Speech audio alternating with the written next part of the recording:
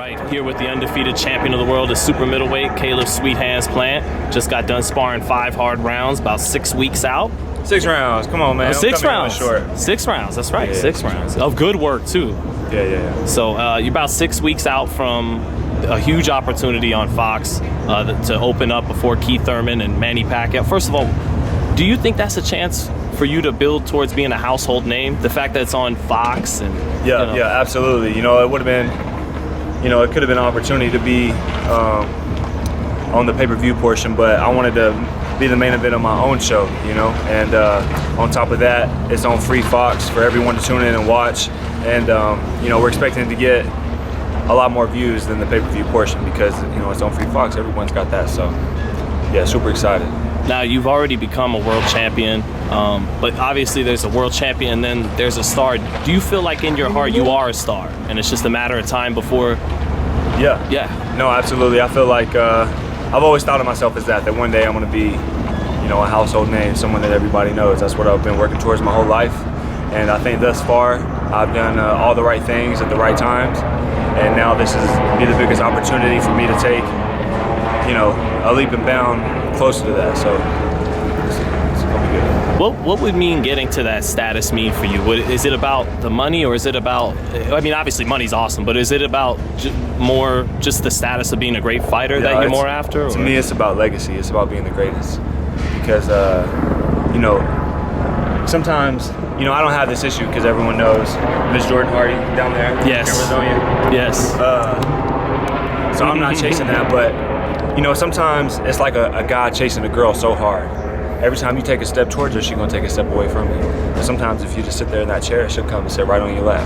You feel me? So a lot of these dudes, they chasing fame and money and all this other stuff, and it's gonna keep running from them because that's not how you get to that. I think if you focus on the right things about legacy and being the greatest, all the rest of that'll come. Right. You think if you're not the greatest of all time, that the money's gonna be there, that the fame's gonna be there. So I'm not really interested in fame. I'm not really interested in, the money is great. I do it for money. If I didn't want to do it for money, I'd just stay amateur.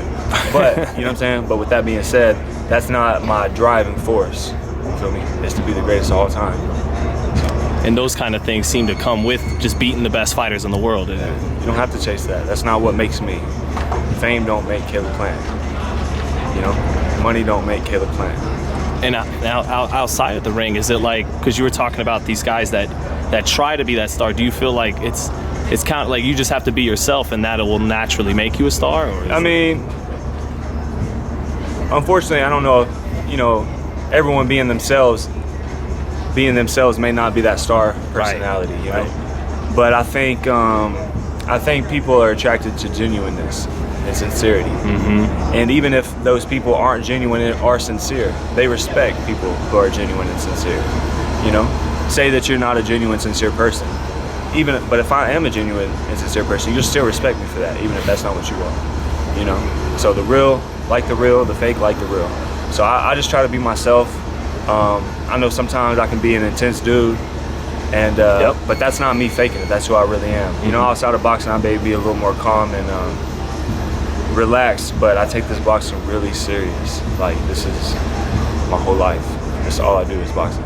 So I get intense at times, but anyone who knows me knows that's the real me. So.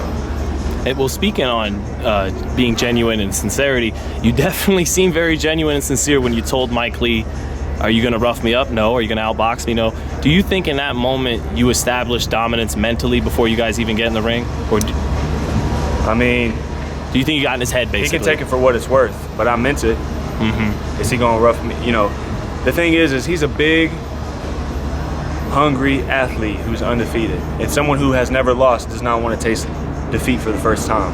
Someone who's tasted it once or multiple times, it's easier to succumb to losing after that because you've already done it once. So you're not trying to protect the undefeated record or all the things that comes with the undefeated record. So the fact that he hasn't tasted that, he don't want to taste it for the first time, and I know that. He's big in weight. He's going to come down on paper. He's the bigger, stronger guy.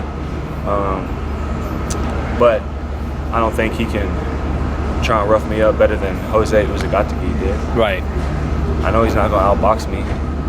I know there's no one in the division who can beat me here or here. So we'll see.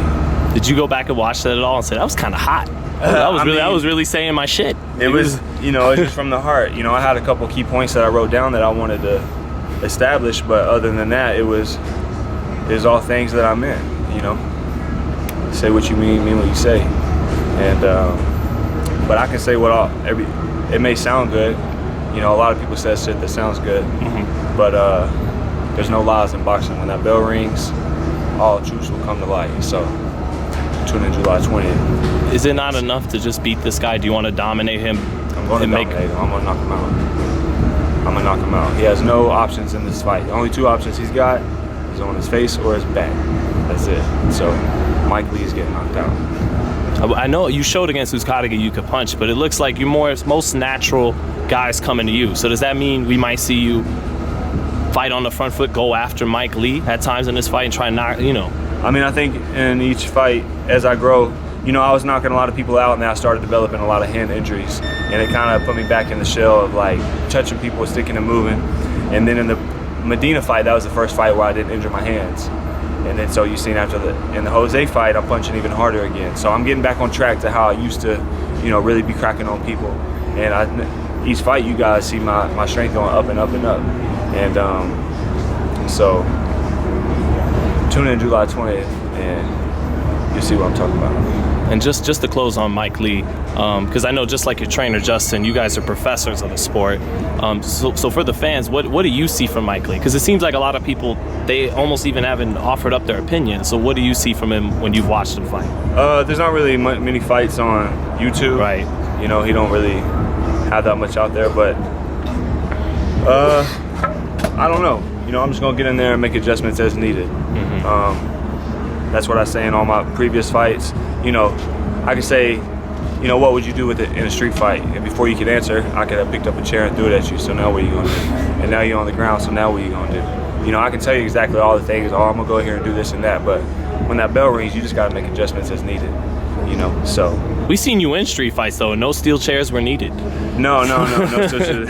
I hate that video. I wish that would be taken down. People love it though. Yeah. We're trying to get it taken down from you. Did you? You know, but that's legendary. It's an unfortunate event. You know what I'm saying? I try to stay out of trouble. That's way old though. That's from like 2011. I'm gonna stop bringing it up. Yeah, no, you good. It's from way back. You know, it's an unfortunate event, but you know, a lesson had to be taught, I guess.